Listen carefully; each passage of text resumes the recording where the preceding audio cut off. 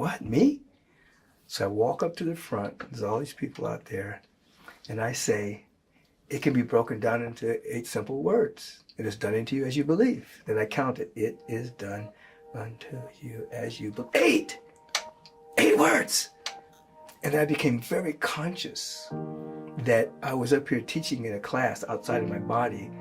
A bead of sweat rolled down my face, and I woke up in bed sweating. Because everything just shocked me that I knew it had been real, but the reality of it really shocked me. So it took me a number of weeks to get back. Now I say that to say, when I went to this spiritual community, they had a licensing program for spiritual therapists. So I realized that's what I was supposed to do. Life's big questions don't come with instructions, but they do come with clues. The Whole of Movement Purpose Lab is where we follow them together. Join a team forming this fall at ourlightnet.org/purpose. Drop the doubt, find your why.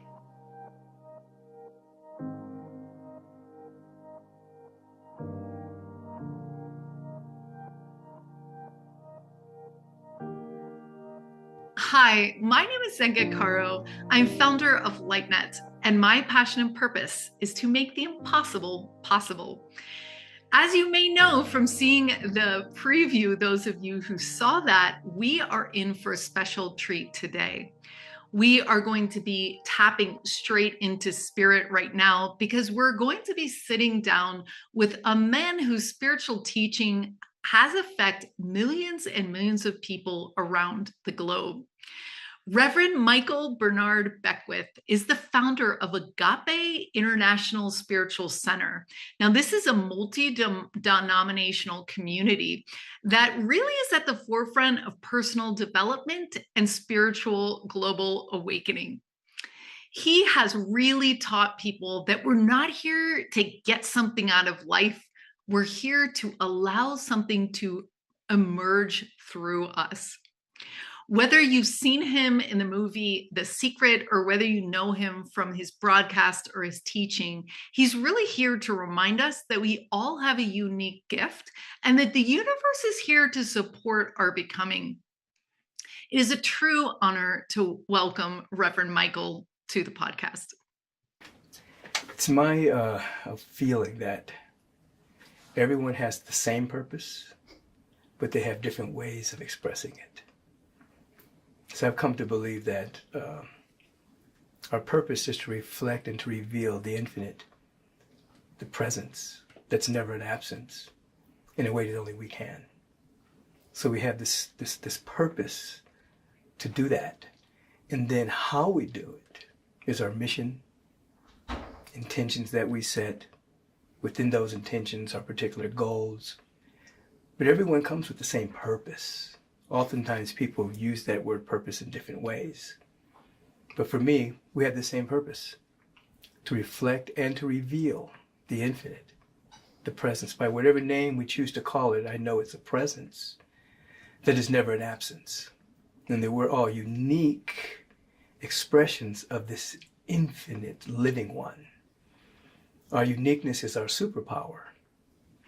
It's this presence never repeats itself.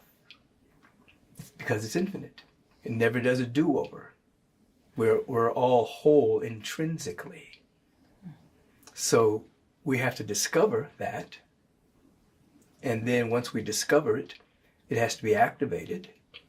And then it's activated, it compels us into right action, which begins to be our mission on the planet. So for me, to use the language soul purpose, my sole purpose is to awaken individuals to what is essentially true about them, that they may, on this planet, at this time in human history and beyond, reveal the presence of the living one as only they can. So my walk is to continue to wake up to the glory that's within me. And then the living field then begins to activate others through being around people or through speaking or teaching or whatever, however that comes out at that particular moment. So for me, I knew as a young child about this presence. I had different experiences as a kid, but I always sought to normalize myself, to be with my peers. So that happened, as a young kid. I 11 years old, I had an experience where I could see that I wasn't who my mother and who my grandmother and who my uncle thought I was. I'd had this very big awareness. And then I shrunk myself when I came in their presence so that I would be the son and the grandson and the nephew. I had other experiences, but I always normalized myself until I was at the university going to school, and I had a series of inner experiences that at the time I thought they were pathological. I was in the psychobiology department, so hearing voice, seeing vision, leaving my body, this was not something that I trained myself to do. So I really thought I was going crazy. Anyway, to make a long story short, it culminated in a death. I left my body numerous times. So I was killed by 3 men. 2 men held me down, and one plunged a knife into my heart. The pain was very excruciating, emotionally and physically. And I died. And when I woke up, I could see that I was surrounded by this field of such love beyond anything I could describe, and such beauty. And this life beauty was even in the lint, in the rug. Everything was alive, glowing with this presence. And so at that point, I couldn't get back in the normalization that I'd been doing as a young child. I couldn't have woke up. I could see 365 degrees. I could see everywhere. And so I went on a research to discover what had happened to me. And that's when I bumped into the mystical teachings of Gautama the Buddha, Jesus the Christ, Walter Russell, Zoroaster, many teachers that led me into an awareness that of what was happening to me. So I realized I wasn't crazy. So the challenge was that I didn't know what I was going to do with my life. And I didn't have any mentors. So the beginning, my mentors were people on the other side of the veil. They were dead people. My teachers were dead. And Walter Russell, Ernest Holmes, there was other people that I would actually leave my body and go to these classes and sit there and learn. And, then come back to the body. And so it was a long period of time that I was studying. I was going to meditation. I was doing everything spiritual to basically synthesize what had happened and to get a sense of what had happened. And so one day, I'm sitting in my living room, and I don't have any money. I don't even care about money. I mean, when I woke up, I was like, why is everybody so anxious about money? Why is everybody chasing this? I could see that everybody was trying to get these shiny things in the world that had no value other than what the ego projected onto it. And so I'm sitting in my living room, but I didn't have bills to pay. And I remember saying out loud, what do you want me to do? Like that. And the phone rang. And there was a woman on the phone. She told me that we went to high school together. I remembered her. And she said that she was having some difficulties in her life. And that God took her to her high school annual. And she opened it up, and I'm in the high school annual, of course. My phone number is under there. She said, your phone number was underneath the picture. God told me to call you. So I said, really? Subsequently, she would call, and I would counsel her, work with her. And so one day, I go to a restaurant. She's standing in line. I hadn't seen this woman since high school. So we're standing in line. I see her in line. I shout out her name, and she looks at me, and she's so stunned that she runs away. Never called me again. She was embarrassed because she had revealed her most intimate secrets and the things she felt guilty about, and to this voice on the phone. But when she saw me in person, she was embarrassed. So I went home and I thought about it. I didn't have that phone number in high school. My phone number was unlisted. It's back during the days where you could get unlisted phone numbers. So I said, well, how did she get my number? Was it a miracle? Did somebody give her my phone number? Because no one had it, really. Anyway, be that as it may, she had told other people about me. So people were coming to see me and working with me for healings and things of that particular nature, and giving me donations, sending me money, And so when I said, what do you want me to do? The phone rang, and then that started this number of people coming to see me. So my mother, who was the individual in our family that when someone died, she would go with them and help them cross over. So we're from Washington, D.C., but I grew up in Los Angeles because my father moved the family to L.A. when I was a small child. So whenever somebody passed on our family in the East Coast, Mom would wake us up in the middle of the night and say, Aunt so-and-so just passed. I just went with them and took them there, and they said, Alice, it's not your time. You have to go back. So that was kind of a normal thing. So my mother had been trying to after I had this awakening, my mother had been trying to get me to go to this metaphysical church. And I said, Mom, I'm not going to any church. I don't need to do that. I said, they don't speak truth in church. They have a whole lot of theologies around Jesus. They don't even know Jesus. Christianity's really got it all wrong. And she just kept bugging me about going to this metaphysical church. So at the behest of my mother and a friend of the family by the name of Lissa, I go. It was the Guidance Church of Religious Science in Los Angeles. The founder was Dr. Daniel L. Morgan. So I'm about maybe 23 at this time, 23, 24. So I walk in and he's speaking. And he's saying, heaven and hell aren't necessarily places, they're states of consciousness. And I said, he's right. I said it out loud. As I'm walking to sit down, I said, he's right. People turn around and look at me like, who's this young boy saying he's right? So I sit down.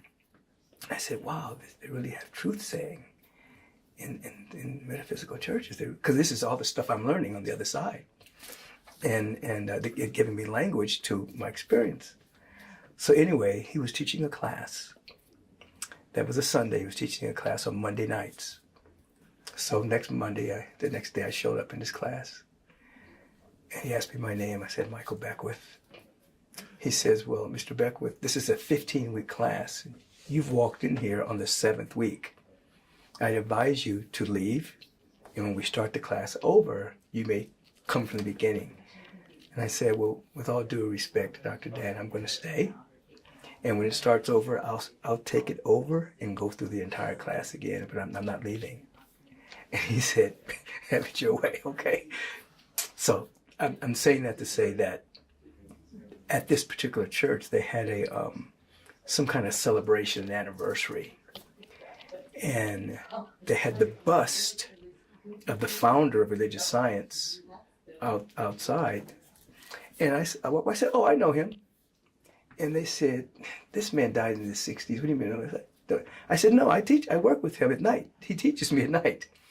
And they said, what are you talking about? I said, when I leave my body, this is one of the teachers. He told me I was going to take this teaching further than most people have ever taken it before. Now, I'm 23 years old, so people just think I've lost my mind. I mean, this young guy's crazy. But that was one of the teachers that I would get lessons from. One night I was out of the body and I was sitting, and he comes up and he says, tonight the lesson is going to be taught by Michael Beckwith. He's going, what, me? So I walk up to the front, there's all these people out there, and I say, it can be broken down into 8 simple words. It is done unto you as you believe. Then I count it. It is done unto you as you believe. 8 words. And I became very conscious that I was up here teaching in a class outside of my body, A bead of sweat rolled down my face, and I woke up in bed sweating because everything it just shocked me that I knew it had been real, but the reality of it really shocked me. So it took me a number of weeks to get back. Now, I say that to say, when I went to this spiritual community, they had a licensing program for spiritual therapists. So I realized that's what I was supposed to do, because people were coming to see me. I had no license. I was speaking in different places. As a matter of fact, if I could tell you one other little story, that I went to Big Bear. I'd go to Big Bear for private meditation retreats, just by myself, just be up there meditating. So one day I'm outside meditating, and a scroll rolls down in front of me, and it says, Michael Beckwith to speak at this spiritual center in Tacoma, Washington. And then it rolled up and disappeared. So I thought that was kind of cute, so I wrote about it in my journal and continued to meditate. So when I get home, this guy named Bill calls me, and he says, we want you to come speak at our church. We don't have a minister. And I said, I know, I saw the scroll. And he said, what are you talking about? I said, nothing. Nothing. I didn't mean to say that.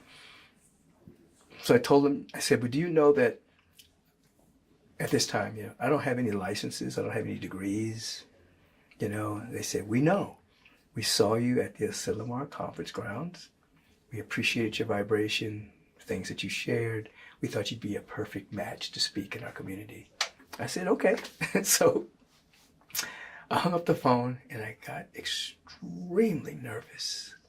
I mean, I was going to call him back and tell him I had the flu that day, that I would not be able to make it.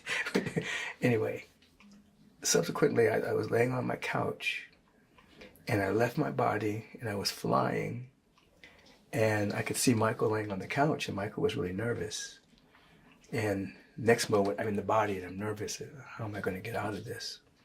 And then I'm flying, and I look back. I said, that Michael, doesn't he understand yet that, as soon as I said the word that, I was back in the body again, nervous.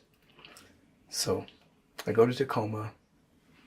I'm at the airport. I have an experience where I think I know everybody in the airport.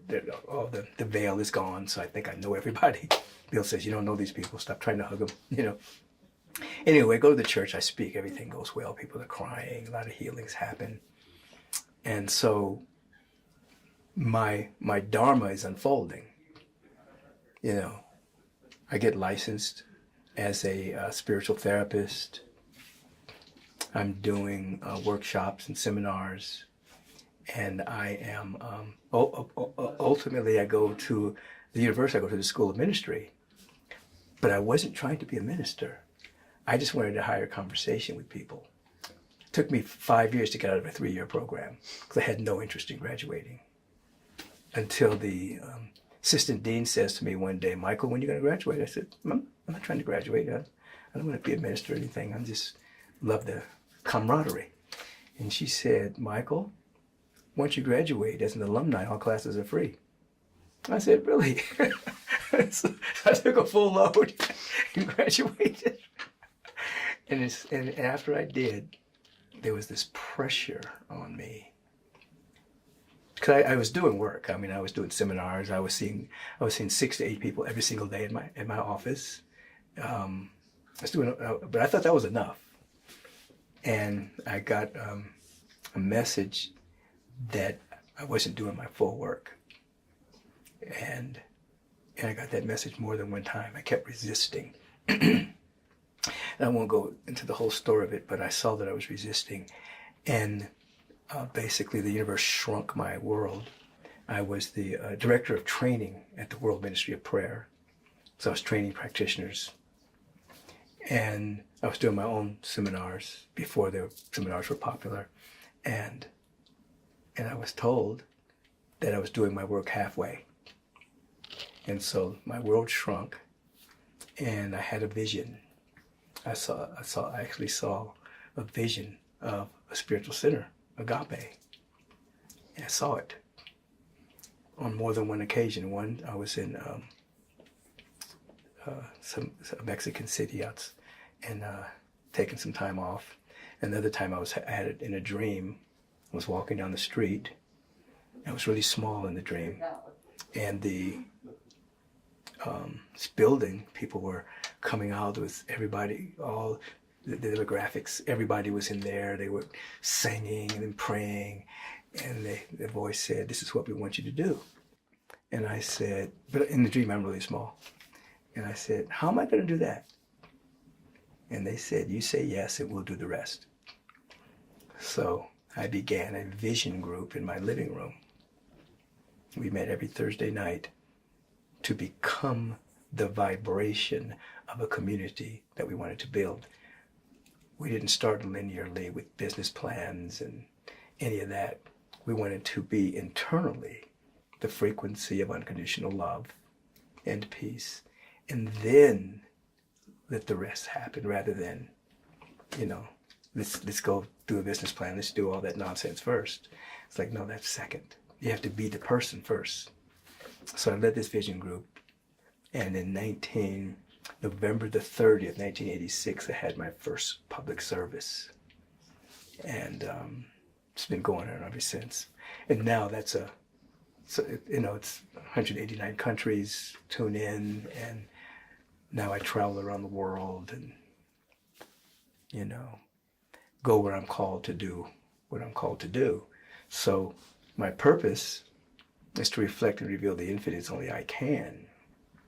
And then how I do it is through teaching, speaking, retreats, books, things of that particular nature. And the first 5 years of my speaking, I would never share any of the mystical things that I was part of. I always just said something like, I knew of this spiritual teacher and this happened to him, because I didn't want them to focus on me that way. And it wasn't until maybe somewhere 10 or 15 years in that I started to share personally, my own dive into the mystical realm and things that I've experienced and things like that. So when we talk about purpose, I still feel that everyone has the same purpose. A person can be in business, and really bring high morals and ethics and sacred service into entrepreneurship and in business to help change the world. I mean, everything runs with business, and so a person can be a teacher. A person can be a comedian. They can do choreography. They can be a filmmaker. But the purpose stays the same. But the how they are to reveal that purpose is unique and varied as there are people. And so the challenge for everyone is that the world has a lot of shiny things in terms of materialism and consumerism, and people think that they'll want to use the law of manifestation to go out and get a bunch of stuff. They think it's going to be happy, but that's only a projection of the ego that's going to make them happy. It doesn't. They eventually find out. But if they in fact place themselves in a position and ask sincerely, what is it that's mine to do? Like I was in the living room, I said, what do you want me to do? What's trying to emerge in my life? What gift am I to share? I teach that the universe, through law, answers any question that you ask. Most people are asking disempowering questions. But if you really ask, what is it that's mine to do? What gift am I to give? What's trying to emerge in my life? And you listen sincerely and make yourself available to activate the spiritual faculty of hearing the inaudible. You'll catch a vision. Your intuition will become activated. Your gut will be activated. You'll start to get breadcrumbs along the way. You'll get little insights. You get dreams, whatever. That this is how you are to live your purpose. This is how you're to do it. Not how, you don't compare yourself to someone else. That gets you in trouble. Because the world is full of shining lights on celebrity, But there are people doing powerful work on the planet, and we don't even know them. Their vibration is so high, and they're knitting, or whatever, whatever their gift is. So that's my feeling. The challenge was in the beginning for me. I didn't have any. I lost all my friends because everybody thought I'd freaked out. They thought Michael had freaked out on Jesus. You know what I mean? So I was pretty alone. It's interesting because a lot of the people that didn't want to be around me now trying to get meetings. Michael, how you doing? You remember me? Yeah, come on in. You know, and then there was the other challenge was, I changed my name. I don't talk about this too much. There was a particular period of time I had changed my name to Param Atman. I was reading spiritual texts and I was studying the Atman presence. And Param Atman was, an aspect of the Param, of the Atman presence. It's individual expression, the same way that the Christ is an individual expression of God. So I changed my name for a while and I had a little magazine and I'd write in it. And then something happened and I became aware I was hovering in these very high states of awareness, but I needed to bring Michael with me. And so I went back to the name Michael so that as a human being, I could integrate the higher frequencies so that Michael wasn't just channeling higher frequencies, he was actually integrating into his real self. And so that over the years, there's been more and more integration. Yeah. When one is living their purpose, there's a tremendous amount of flow and power. We all generate fields. We're vibrational beings. We're not flesh and blood. We have a body, but we are vibrational beings. So when one is in their purpose, the amplitude of their vibration is increased and just their energy. They don't have to say anything necessarily. They could just smile. They could just be in the room. Their energy affects countless beings. And many people think, and that's intrinsic to all of us. We have that once we discover who we are and activate and integrate with it. So many people think they're going to get that kind of joy from something in the world. It will never happen. You're not going to get anything that's going to make you happy in the world. You'll get counterfeit happiness, temporary happiness, like somebody buys a new car, they're happy for a week, something like that. But you generate that kind of field of love and happiness and joy, and it becomes kind of contagious, in the world. Everything is non-linear, so you change fields everywhere you go. And so if people were to live at that level, you're looking at a world, or a world that's different from the world most people are living in now.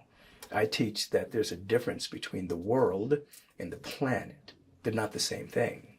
The planet is Gaia. The planet is Mother Earth. She's alive. Rivers, rainforests, mountain ranges, forests. And she's breathing. She's alive. And then there's the world. The world is a collection of thoughts and beliefs and opinions, points of view, positionalities that people agree upon.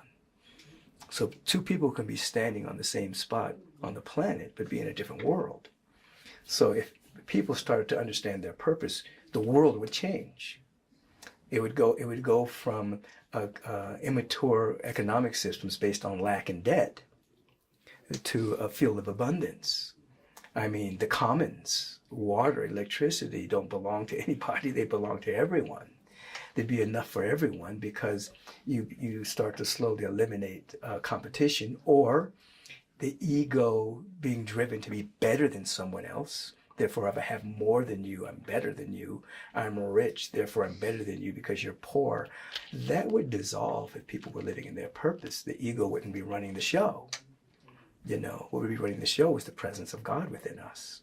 So it'd be a different frequency, a different vibration, and we see that in places around the world. It's not necessarily on media. The media is just a reflection of the lowest common denominator of the human experience. It keeps people charged up in fear so they can be controlled by someone else's agenda. But the world would change if people lived their purpose. The media, such as one where using today, would be used to focus one's attention on that which is real and eternal, inspirational, healing, uplifting, inspiring. And and that world exists. I'm a spiritual optimist, and an optimist is not a person who doesn't believe that there are challenges and issues, but an optimist is a person who knows there's an answer to it. There's a solution built in the universe. The universe is a universe. So there's no problem in the mind of the infinite. There's only patterns and ideas and templates of more good than we can imagine. See? So yeah, the world would be quite different. Are you looking to begin your life of passion and purpose? We are waiting for you with our groups of 8 to 12. These loving teams are formed to look over our success data to find the fastest and funnest and most direct way for you to find your purpose and calling in life. To find out more, go to holomovement.net/purpose.